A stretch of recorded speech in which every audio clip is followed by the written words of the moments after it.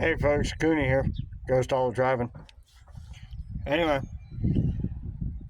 hadn't made a video in a couple days. Just wanted to talk to y'all. But just wrapped up 2 beaver jobs. Got done with them. Now tomorrow I'm going to start a 3rd one, so I'll have videos on some sets there.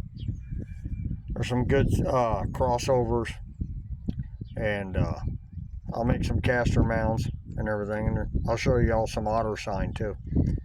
Anyway, but one thing I wanted to talk about is everybody's talking about, like predator management. And what a lot of people don't realize, when they think predators, they automatically think like coyotes, bobcat, wolves, mountain lion, stuff like that. But a lot of people do not realize how predatory, prime example, like otters and raccoons can be. Otters will wipe out a pond, every living thing in it, and then they'll move to the next one.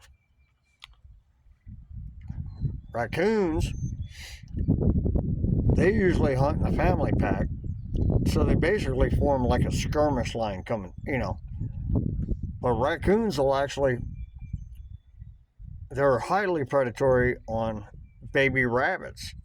As they're working through there, they'll find their nests, and they'll predate on them baby rabbits. So if you want, and also on your squirrels too, they'll get up in the trees in them squirrel nests and they'll predate on the youngins.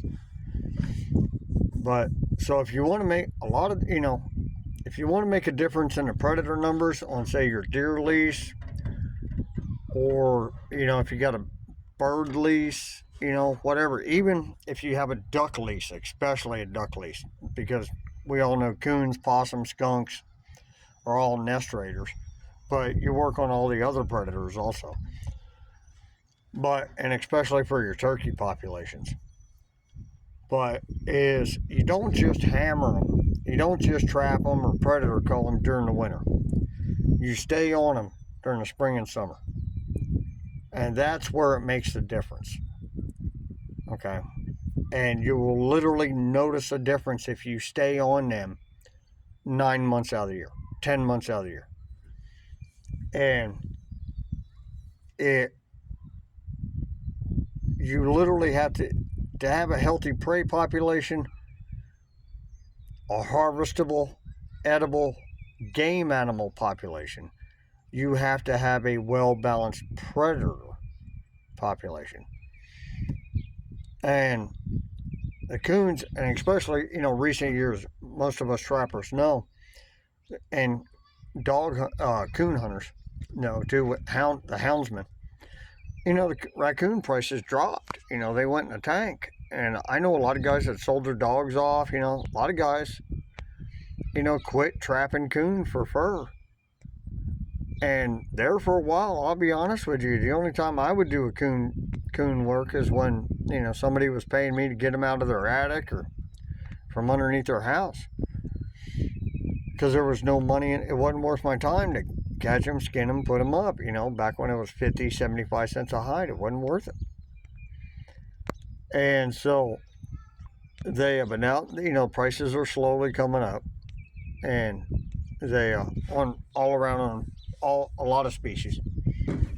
But a lot of it now is basic, just wildlife management and population control. But anyway, that's a little food for thought for y'all. Hope you all have a great day. And like I said, if you see this, like and subscribe. Ghost Hollow Trapping. I'm on YouTube and TikTok.